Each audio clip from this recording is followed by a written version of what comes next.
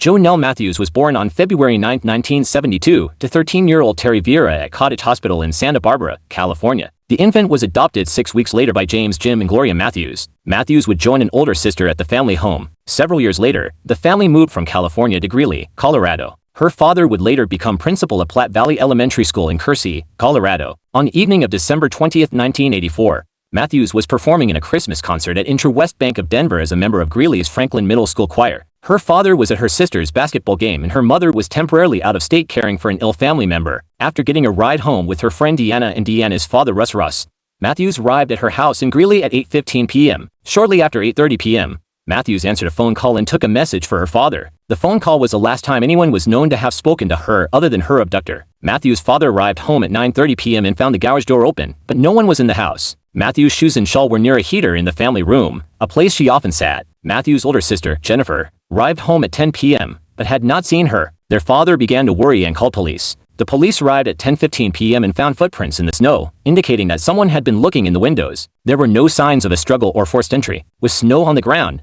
Jim Matthews thought it unlikely his daughter would go far without wearing her shoes. For several weeks after the disappearance, law enforcement placed Matthews' birth mother, Terry Vieira Martinez, under surveillance without telling her that Matthews was missing. In 1994, a decade after her disappearance, Jonelle Matthews was declared legally dead. In 1997, Gloria Matthews received a letter from Vieira requesting permission to visit. Vieira had used a search consultant to help locate the child she had given up for adoption. The Matthews notified Vieira about what happened. The families later became friends. Years after Matthews' disappearance, her parents moved to the Philippines as missionaries, later relocating after retirement to Costa Rica. Matthews' sister married and moved out of Colorado. The disappearance attracted interest from the public. One of the first milk carton kids, Matthews' picture and date of disappearance was printed on the side of milk cartons for a period of time as part of a nationwide effort to find missing children. President Ronald Reagan mentioned Matthews in a speech on March 7, 1985, from room 450 of the old Executive Office building. She was mentioned in the Congressional Record for the United States House of Representatives on April 2, 1985, page 7224. In 2010, the Greeley Tribune published another summary of the case. As recently as 2018, Greeley police had been recontacting witnesses and applying the latest forensic advances in their investigation. She appears in the International Center for Unidentified and Missing Persons database. A chokecherry tree was planted in front of Franklin Middle School in memory of Matthews. The tree died after a few years and a plaque inscribed with Matthews' name disappeared. Excavators installing a pipeline discovered human remains at 4:50 p.m. on Tuesday, July 23, 2019, near the intersection of County Roads 34.5 and 49, about 15 miles southeast of the Matthews family's former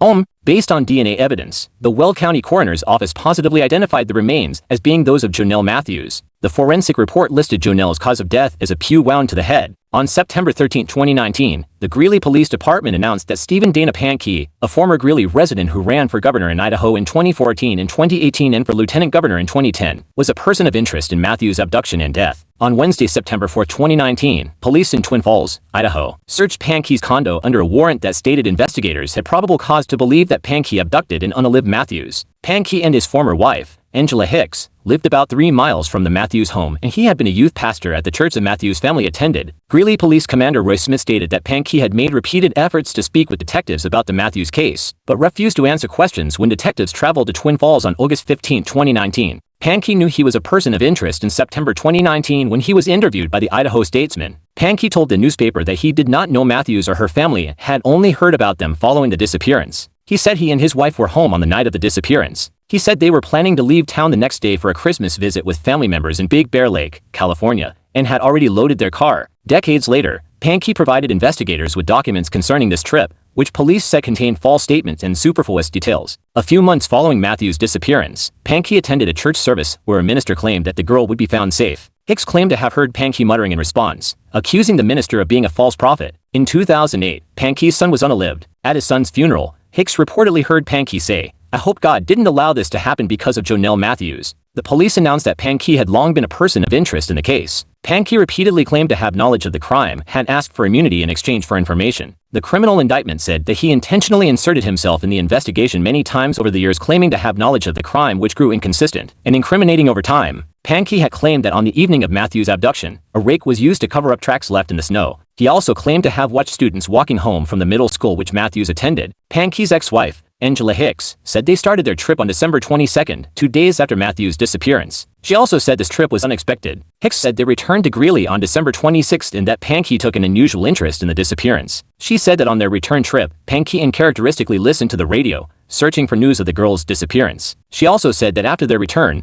Pankey forced her to read to him newspaper articles concerning the case. According to the 2020 indictment statement, shortly following their return to Greeley, Pankey started digging in their yard. At about that time, a car stored on their property caught fire and the burned car was disposed of at a salvage yard. Pankey gave an interview to the Times News and said he was being framed by the police. In 2018, Pankey had campaigned for the Idaho Republican Party's nomination for the position of governor of Idaho. His campaign website said that Pankey has studied criminal justice. On October 13, 2020, Pankey was indicted on charges of first degree in eluding and kidnapping in Matthews' death. He was held without bail at the Ada County Jail in Boise until he was extradited to Colorado. Stephen Pankey was 69 years old at the time of his indictment. Jennifer Matthews Mogensen, Matthews' older sister, said her family experienced some closure when they learned that her sister was unalived. She further stated that she considers Pankey's arrest another gift to our family. Mogensen's father, Jim Matthews, was reportedly especially excited to see justice. Mogensen said that while there had been sibling rivalry between her and her younger sister in 1984, the disappearance and unaliving eliminated the possibility for the two siblings to grow closer. On October 13, 2020, Stephen Pankey was indicted on charges of unaliving and kidnapping Matthews. Following extradition from Idaho,